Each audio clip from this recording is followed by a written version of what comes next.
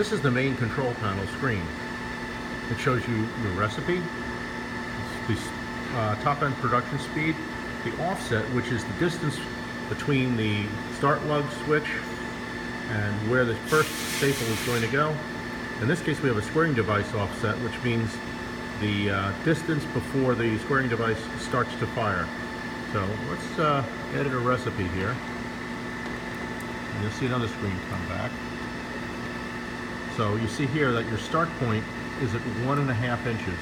That's 1.5 inches from the edge of the board. 3 staples, 1.5 inch staple step. Let's just change this now to 2 inches.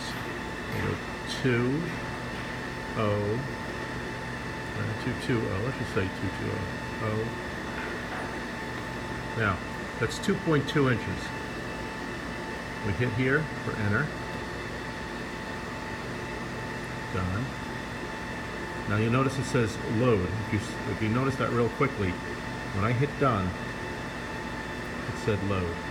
We go back to our main screen, and now it should work with the change in that position. We're going to do that one more time to go back. I'm going to change the staple step back to 1.5. I'll go 1,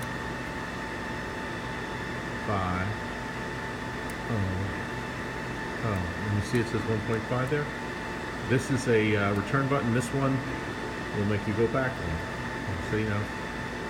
There you go. And hit enter. And now we hit done. And you'll notice it'll say loaded. And we'll go back up to here. That's it. That's all you have to do. You can change the recipes. Every time you change something, you have to hit done and loaded. Otherwise, it's going to keep the old recipe.